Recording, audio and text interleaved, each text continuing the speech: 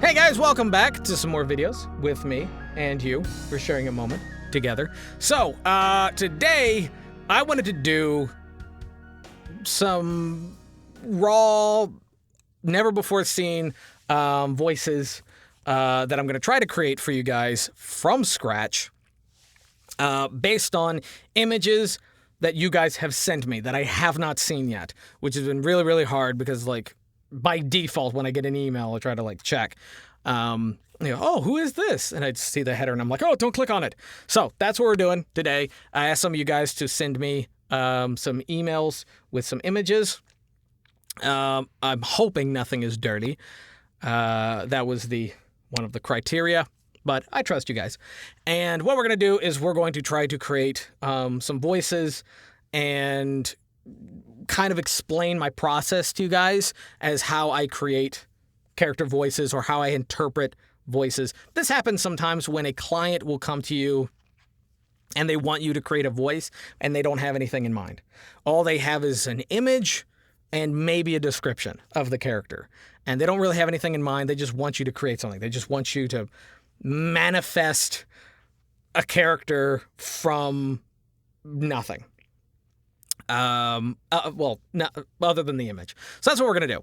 So let's pull up some of these crazy bananas and see what we got here. Okay. First thing I see. Okay, so he's like a little yellow bean kind of thing. And it kind of looks like he's from like Blue's Clues or something like that. Obviously he's got the mustache. Either that or those are his closed eyes and he has weird little dot eyebrows. But I'm going to assume that's the mustache. And so I'm getting like, okay, so like the hat is kind of like an old, I guess like an old 50s hat maybe. Or a cowboy hat. It's kind of unclear. Maybe it's a cowboy hat. Maybe. We might go for a cowboy voice. So definitely kids show. So we're gonna try two things. We're gonna try the cowboy. So maybe kind of a not too deep because it's like a kid's show. So maybe a little bit more like this, like a southern accent, but high pitch and a little bit more fun. Kids love the fun, high pitched southern accents. So slightly Western, slightly cartoon, a little bit more of a Walter Brennan, I guess. Woo-wee, man, I tell you what. Also possibly maybe French, but that's, like, I guess kind of a French thing. Maybe kind of a French character with like the mustache. I don't know. I mean, so many people have mustaches. I don't know why mustache makes me think French maybe. I know the hat isn't a beret, but we can break stereotypes every now and then. So maybe he's like, hey, kids, how's it going? Which one of these pictures is the car? You're correct. You are so smart. So maybe something like that. It's a little bit too intense for maybe a kid's show, maybe. But I've done deeper and more intimidating voices for kids shows. Not on purpose, like that's what the client asked me. So yeah, something like that. Maybe. So the things that you'd want to focus on is like, what are the two largest aspects of him? And since he's like just like an oval, you can't go off physical shape. So you can't go off like body type. So he's not overweight. He's not hunched over. He's not really lanky. There's not really a lot there that you could like base your physicality on. So go with the hat, go with the mustache. He's got a big smile, so he's very high energy, very happy, and working with kids, so nothing too intimidating. I guess that's what we'll go with. All right, now we got a unicorn, and I'm trying to figure out where this is from, because that looks really good. Looks like a character that I would actually voice. Okay, so unicorn, again, kids show, but he's got more personality. He's got a little bit more of a smirk on him. So maybe not like really, really little kids, not alphabets, not ABCs, not 1, 2, 3s, not, matching pictures. Maybe a little bit more halfway between Blue's Clues and Adventure Time, maybe somewhere halfway between there. A little bit. He's got the smirk and he's got the mouth off to the side, and maybe he's a little, a little bit of a ranger. He's like, yeah. Maybe he kind of looks like maybe he's he's got the goggles, so a skier, like an adventurer, or, I mean, the suit's all sparkly, so maybe this is like space. It's like space themed. So like he's an adventurer, and he's like very tiny, but he's got a big voice. Yes, leave it to me. And like maybe all the other characters are bigger than him, but he's got to like kind of like stick out his chest and be a little bit more of the alpha to like really stand out. That's what I'm getting. Again, not a lot to go off of because I don't know how big he is. However, his proportions are a little bit more cute, so we could also go with trying to go with something that is a little bit more high pitch or a little bit more high energy. So maybe, I don't know, maybe a little bit more like, hey, yeah, all right. Hey, how's it going? Like, hey. Yeah, just me saving the day. How are you? Yeah. Oh, me? What did I do today? I just saved the world. Yeah, so anyway, high five. Can't reach it? Okay, all right. I'll just go. Maybe that would still fit. He's still got the personality, that kind of snarky, jive kind of thing, bouncing up and down, high energy. And the higher pitched voice might fit him a little bit better, but again, that would depend on a lot about his personality. Does he have a complex? That kind of stuff. So details on this character would definitely help create the voice, and knowing more about his height and how old he's supposed to be and what the intended audience is for, that would help a lot. But I think either one of those voices, based on what I'm saying, would probably work. Wow.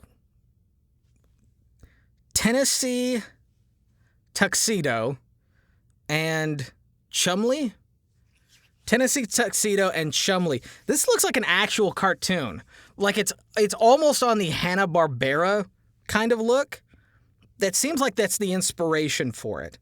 Very much Hanna-Barbera. So Tuxedo, I'm getting that kind of slightly kind of New York. Not really New York, but more of like press kind of character. Trying to think of the character, but the actor from that time period. But it'd be kind of like the 40s, 50s kind of thing. And then Chumley, I don't want to go too dumb, but more excited, more optimistic, because that's a little bit of what I'm getting from him. So it looks like I'm going to go with the Hanna-Barbera thing and assume that this is kind of a solving murders, solving mysteries, well, not murders, it looks like a kid show, so solving crimes kind of thing. So hey, Chumley, come on, we got to get out of here. Come on, we got to go. We got to find out who stole all the popcorn. That's the kind of voice that I'm getting, that kind of, come on, we got to go, we got to get him. Because he's kind of like leaning in, he's got the bow tie kind of thing, and he's got his hand out, hand on the hip, and that's the personality and the swagger that I'm getting from him. Also, the hat is kind of crooked, so not a sophisticated kind of character, not too upper class. He's got the hat, but it's askew, so he's a little bit more of like a guy on the street. So kind of a little bit more of like a sideshow barker kind of thing. Like a member of the press who's just kind of like trying to squeeze in between people, put a foot in the door. That's what I'm getting from him. And Chumley, kind of a Patrick Star, kind of a Patrick Star. One of my favorite voices is what's his name? He did the Mad Hatter in the Disney's Alice in Wonderland. That's kind of the voice that I'm going with. It's just kind of, hey, yes, come on, yes, let's go. Oh my gosh, it's so fun. Yes, I know we're solving crimes, but it can still be fun. Maybe it's a little too high pitched, maybe it's a little too lispy, so kind of bring it down a little bit. Bring it down, yes. So it's maybe a little bit more like the Cowardly Lion, yes. Still incredibly happy. Like his smile goes up to his ears. on Tuxedo, there's no smile. It's very straight, but there's no smile. See, there's no smile. I guess Cagney, maybe Cagney. I think that was the actor that I was thinking of. But with Chumley, very big smile. So he seems like the kind of guy who would be easily startled. He's the kind of one that would just be standing there, and then like the dude in like the costume that's trying to scare the kids away is just like coming up behind him, and Tuxedo's like, "Look behind you!" And he's like, "What? Where?" And he's like, kind of like goes around him, kind of like makes a circle around him and doesn't even see him. I don't see anything. That's what I'm getting with these guys. I don't know if this is a real show, but if this is, and they haven't picked voices already, I would love to audition for this. But if it already is, that's totally fine. It looks great. It just looks great. All right, so we got no picture, but we got a description of a character. And it's Desmond, the depressed flight attendant. So there's a lot there in that sentence. A flight attendant's going through a divorce. That'll make you depressed. I'm thinking that he would include... Oh, excuse me. Animated film or TV series, okay. And he's trying to be cheery and deliver the welcome aboard script, but keeps remembering his divorce and breaks down into sobbing. Very funny. Not being divorced and not being sad, but, as a cartoon, that's funny. So it'd be kind of a... Okay, I'm what I'm envisioning is kind of an effeminate kind of character, kind of he's not macho, so he's not holding it in. He's not going to be like, punching it down with beer and cake. He's, a little bit more effeminate, maybe a slight lisp, and maybe some people thought he was gay when he was younger, which is fine, but he's not. And, he was happy. He was happy. But now he's not, and she's gone with another man! Sorry, I need a moment. Welcome aboard, everyone. Your exits are here and here, there and there, and in the back. So if ever the plane catches on fire or the existential crisis that you're dealing with is too much, you can just jump out of the plane. Ignore that last part. I can't right now. That's how I would do them. Like, I would do them, like, slightly, maybe with, like, a North Dakota or, like, a, I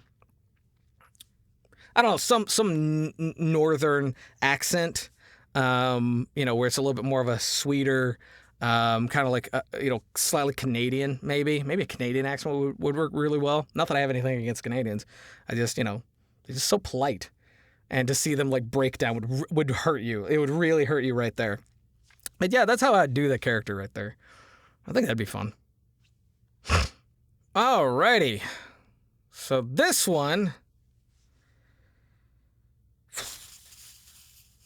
is a papier-mâché demon. Let me read this one for a second. Oh, it's a puppet. There are my lockdown puppets. Oh, it actually is recycled material. Oh, okay. Okay, that explains that. Just characters made... Okay. Quarantine film. What would be the film about? That would be the question. Is this a haunted puppet? So a haunted...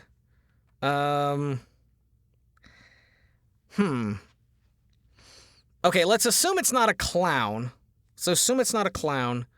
But maybe... Because he's got that collar, so maybe kind of Victorian. Maybe Shakespearean kind of character, I guess. Maybe something like that. Maybe a little bit more of an English accent or Cockney accent. I think the actual, pronunciation of a lot of Shakespeare was actually more of a closer to Cockney. So it'd be... I'm trying to think of something. Okay, so let's think of the puppet as he's made in this kind of a Pinocchio thing. He comes to life kind of thing. And he's like, hey, where's me legs? Where's me legs? You didn't give me legs yet. Where's me legs? What is it, like paper mache legs? Are they over there? We'll bring them over here and put them on my body. Maybe something like that. Maybe like an aggressive puppet.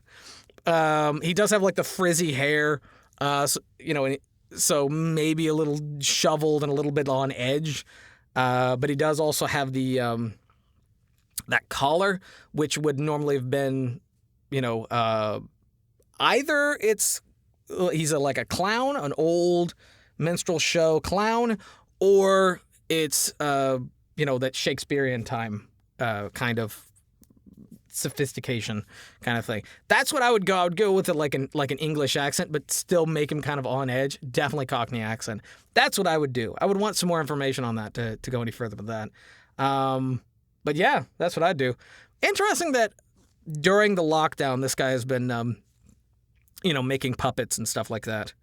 I mean, I personally would love any kind of skill with these hands for like crafting and carpentry and stuff like that. That'd be fun. I never got around to learning that kind of stuff. Maybe one of these days. Whew. Starman? Okay, he looks like the host of a game show. Or a very high on his own fumes professor, or maybe the mayor of a futuristic city. He's kind of low polygon, so it's kind of hard to tell. He does have a badge. I can't tell what it says on there, so maybe he's a doctor, like a professor or something like that. And he's kind of, he's like very open, high energy. He's got the star glasses. He's got the big, high, poofy hair. So definitely someone who loves attention. So he's got a big mustache. So kind of like I don't know. Okay, do you remember The Fifth Element? What was his name? Chris Tucker. I don't remember what character he played, but I'm saying that plus Walter Brimley, if that makes any sense. So like this, so a little bit like this, a little pompous, but yes, yes, of course, I've done it, yes. Come in, please, I would love to show you my experiments. Welcome to my laboratory. Over there, I have the wine cellar. Over here, we have the display and all of my experiments just walking around. I do machinery, I do robots and stuff like that. Maybe you've heard of me, of course you've heard of me. That's what I'm thinking. That's what I'm seeing with this guy. Very open, very large character. I don't know. Not a lot to go on. I wish I could read. I think that's Japanese. It's either Japanese or Korean. I wish I could so I could know what that guy's name is and like go look him up. But we're just doing this blind, so that's what I got. All right, another one. Okay, so this is a character that I know exists, but I don't know anything about him. I think he's a Sonic character. I'm not positive. He's definitely a Sonic character because his eyes are one piece and not connect, or there's no separation in the middle. So a lot of those characters are, a little bit more fun. They always have like over exaggerated personalities. I'm definitely seeing Australian in this. I'm definitely seeing Australian. Kind of an Australian cowboy a little bit. I don't know if he's a bad guy or a good guy, so very hard to tell on that. He could be either way. He could go either way. Probably he'd be a little bit more of a foil, someone who's like an obstacle, like how Knuckles used to be, like someone who was just in the way of Sonic. So maybe like just constantly antagonistic, like Sonic is like going to get one of the emeralds or whatever, and he's there, and like Sonic goes, he's like, oh, where is it? And he's like, oh, you looking for this, mate? Looking for this stone?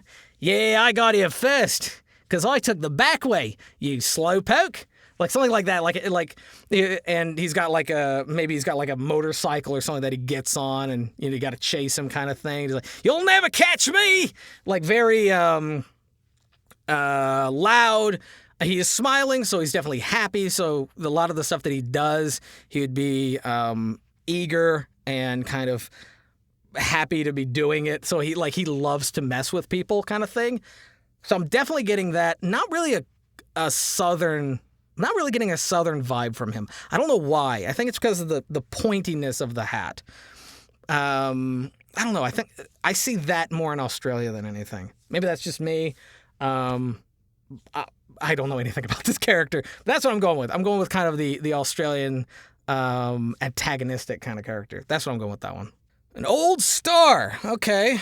Got an old star character. Okay. I mean, this is obviously from Mario, but yeah, here's the thing about a lot of Mario characters. A lot of them never talk. So, and if they do, it's like, if it's like the old games. So there's a lot of interpretation that you can do here. I don't remember which game he's from, but definitely the older kind of stars. Been around for a very long time. Trying to think of... Okay, so probably what it'd be is like Mario would come in and, Mario would, or he would come in like to Mario's house, Mario and Luigi's house, and he would like, come through the window or through the chimney and like wake him up. And he's like, "My children have been stolen. I need your help, Mario. You must help me get them back. Bowser has stolen the stars from the sky." Something like that, maybe. Like kind of slight Ian McKellen, kind of. Kind of, "You must help us get back all the other stars, Mario." Something like that, maybe. You could possibly even go deeper and do more of a Christopher Lee. Very Christopher Lee. Very, very deep. But I don't know. He's got big, wide eyes, so he seems like... a lot of the things in Mario had big wide eyes, but I see him as being a little bit more panicked with those wide eyes. So that's what I would go with. Definitely go with that. What in God's name is this creature? Is this from like one of the what is it? Animal Crossing games? Maybe it's from the Animal Crossing games. I never played any Animal Crossing games, and I know people shame me for that, but I never have. Okay, so wide eyes, big head, dumpy body, t-shirt. I can't tell if this is supposed to be like a male or female character or what. Maybe he's non-binary. Who knows? I mean, he's an animal, and not real, so he could be anything, literally be anything. I would say, okay, what I would do, since he's got kind of dumpy, he's got kind of got my frame, kind of got my middle, and that t-shirt's coming up a little bit, like a little bit over the bottom of the belly, and he's got wide eyes. He looks young, doesn't look old. I'd give him kind of maybe a little bit kind of a Morty voice, like, oh man, oh, you gotta help us out, or kind of from Jimmy Neutron, Carl, yeah. So like that plus Morty. Oh man, oh jeez, oh, I was gonna go find some honey and get some fish out of the water, but I'm so tired. Oh, mostly because I haven't eaten yet. Like that kind of like, he's hungry, but he hasn't eaten because his blood sugar's low. Like maybe that kind of thing. Like, oh, hey, do you think you might be able to like loan me some like food or like a candy bar or something like that? I'd really appreciate it. And you got to go get like 20 candy bars for him, and then he gives you like, I don't know, a bell or something. I don't know. What was it? Bells? Was it bells? I think it was bells. Like that's what I'm saying. Like that kind of like, oh gosh, gee, oh man, I'm getting lightheaded. Oh, I need to lie down. I've been up for like an hour already. How do people do it? Like that kind of like really like overselling. Like clearly it's a non-issue, but for him it's an issue. Like that's what I'm saying with him. All right. I think this is the last one. Maybe it's the last one. So we got a overweight older Genie. So an older Genie. I have no idea what this is from. The art looks familiar, but it's probably from a game that I've never played. It looks slightly Mario-esque, so I don't know. But older, tooth, dumpy kind of character, and a genie. So I don't want to give him an a more Eastern accent. I just don't really do those kind of accents all that well. Also, he looks white, a little bit more in the white category. It doesn't look like your traditional, like, Middle East Genie. Like, he doesn't look like, someone from Arabia. So, actually, he looks like Bernie Sanders a little bit. He looks a little bit like Bernie Sanders. I'm going to go with Bernie Sanders. I'm going to go with kind of a Bernie Sanders. So, hey. So, like, it's like, oh, gosh, go, a lamp. Oh, cool. A lamp. And it's just like, it's not even, like, it's like startling and flat and not flattering. And it, like, comes out. Oh, gosh. Oh, Jesus. And the kid's like, oh, shit. Oh, what's that smell? Don't bother me. I was taking a shit. What do you want? Oh, are you a genie? Yes. What do I look like? What do I look? Of course I'm a genie. Of course look, I came out of a lamp. What do you want? You could also, like, slow him down a little bit. Like, okay, yes, we can do that. Of course. What do you want? You get 3 wishes. 3 wishes. That's it. Nothing else. Just 3. 3 wishes. What's your first one? Come on, I don't got all day. I have other things to do. I'm a very, very busy genie. It doesn't look like I have stuff to do, like I just live in a lamp, but I got lots of stuff to do. Please, for the love of God, what is your wish? And then, like, he would, like, mock him for his wishes. Like, that's what I'm kind of seeing. Like, he's just kind of, like, sitting there, like, waiting, like, rocking back and forth with his gut going out, like, that kind of thing. And he's like, I want world peace. Oh, you want world peace, do you? Oh, that's what you want. You want world peace. Okay, let's just do that. Let's see how long that lasts. That's how I see the character. Kind of a Bernie Sanders. A little bit of, like, kind of Al Pacino kind of personality thrown in there. Just a sprinkling of Al Pacino in there. A little bit of flavor. You can always have a little bit of Al Pacino. But, yeah, that's it. I think that's all the emails. I didn't see any others. But that was a lot of fun. This is the kind of stuff that I do a lot of times when clients come to me and they don't know what they want. They don't even really have anything in their mind. I have to, like, throw them a bunch of different options. And then they'll pick the one that's the closest and then tweak it. They're like, hey, can you throw something like that in?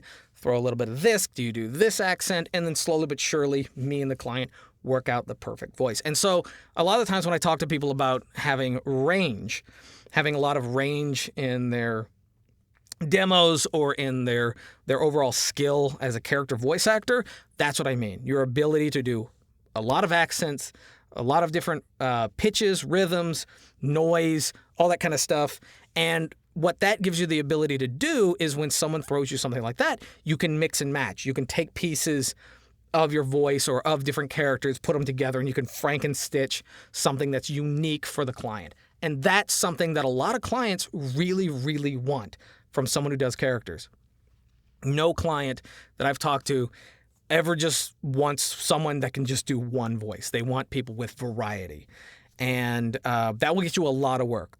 I have almost all of my clients that do character work with, they have me because I'm a utility. I'm a utility voice actor. And what that means is they have a whole bunch of characters, there's a variety, and I can do most of them. And that takes a lot of weight off their shoulder. And it's the ability to do stuff like this that keeps me employed, that gets me more work. So, yeah, there you go. If you guys liked the video, give it a thumbs up. If you didn't, give it a thumbs down. Totally fine. Subscribe if you're new, bell for notifications, and leave down in the comment section below if you'd like to see any other videos or if you have any questions. And if you want to chat or you need help with anything or you want to ask a more personal question for you, need any help with voiceover, my email is in the video description. So, yeah, until next time, peace.